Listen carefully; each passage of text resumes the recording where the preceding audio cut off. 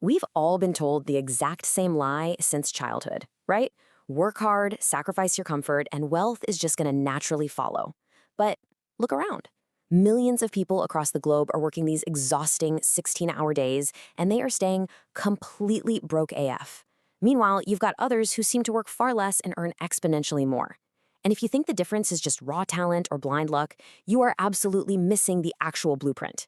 Today, in this explainer, we're breaking down exactly why hard work without economic positioning is essentially a treadmill, not a ladder. Okay, let's dive right into this, because here's the truly uncomfortable truth. The modern economy does not reward raw physical effort. It just doesn't. It rewards value creation, ownership, and leverage. Think about a physical laborer working under a burning sun. They are working incredibly hard, but their earning potential is capped by the 24 hours in a day. Time equals money. But then look at a software founder in an air-conditioned office. They write code once, and then they scale it globally. Scalability equals wealth. I know this can be an incredibly tough economic truth to swallow, especially if you're exhausted from grinding away at your job week after week. Your exhaustion is totally valid, but we have to face reality here. Hard work alone is not wealth. This is what we call the effort trap. If you depend entirely on an hourly wage, you've essentially placed an unavoidable ceiling on your life. No matter how incredibly fast you run on that treadmill, you're going to stay in the exact same spot. There's this really powerful insight from wealth educator Grace Afore that hits the nail on the head. Income is what you earn, wealth is what you own. See, so many of us confuse a high salary with true wealth. You could literally earn millions every single month. But if you're vulnerable to lifestyle inflation, meaning your expenses just rise right alongside your income, you're still financially fragile. It's like pouring water into a bucket with a massive hole on the bottom. True wealth is derived from the actual assets you acquire and hold on to. Section 1. The psychology of stagnation. Why we stay trapped. So why do so many hardworking people stay trapped? Well, when you're constantly stressed out about making rent and paying utility bills, your brain actually enters a state called cognitive overload. You are completely locked in survival mode. And when your brain is just trying to survive to the end of the week, it totally loses the capacity to plan for the long term. You just don't have the mental bandwidth to learn new skills or take calculated risks. Poverty creates this massive psychological barrier that prioritizes immediate survival over future growth. Now, what's really fascinating is how that cognitive overload creates three specific psychological barriers. First up is familiar discomfort. The brain actually prefers a painful, familiar job over an opportunity that feels uncertain. Second is effort addiction.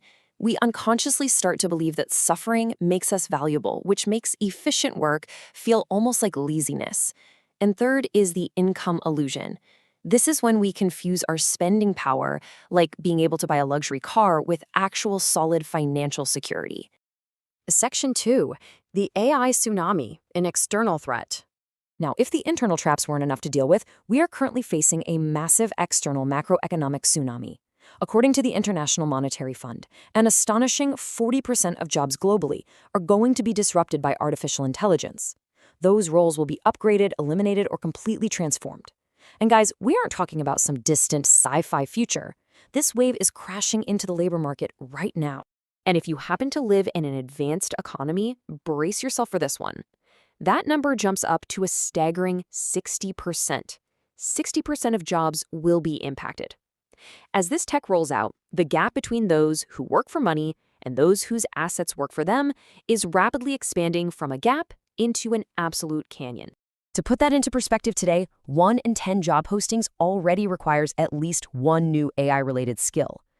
The middle class is going to be squeezed the absolute hardest by this shift, because if you fail to reskill and adapt continuously, you're going to find yourself working incredibly hard in industries that simply no longer reward human labor. Section 3. The strategic blueprint. Moving from income to wealth. So how do we actually escape the effort trap? Let's walk through the 4 stages of wealth and see how this builds. Stage 1, you work for money. Stage 2, your money begins to work for you. Stage 3, your assets consistently produce your income. And finally, Stage 4, your wealth creates massive opportunities for the next generation. Take a second and ask yourself honestly, which stage are you currently operating in? Moving through those stages requires 3 massive strategic shifts. First, aggressive financial literacy. Schools teach us history and science, but they completely fail to teach inflation or compound growth.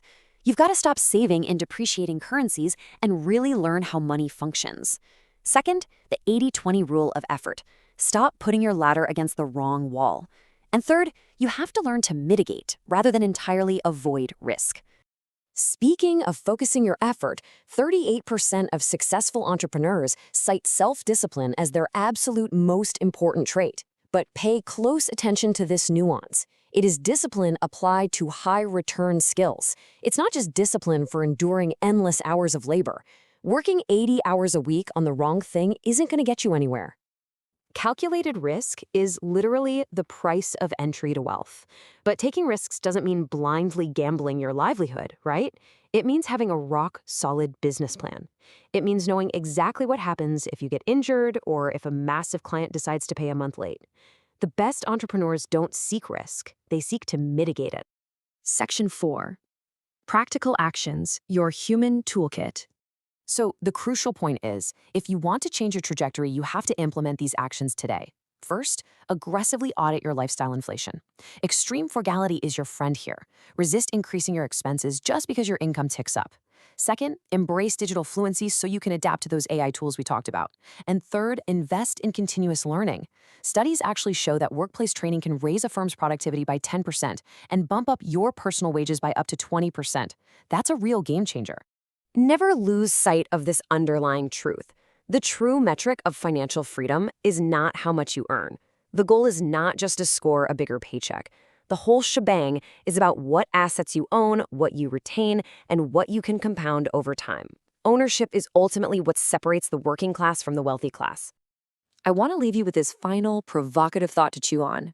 If your salary completely stopped tomorrow, how long could your current lifestyle continue? Would you last a week, a month? Maybe a year? Let that sink in for a moment. It's time to step off that exhausting treadmill and start building lasting, generational wealth.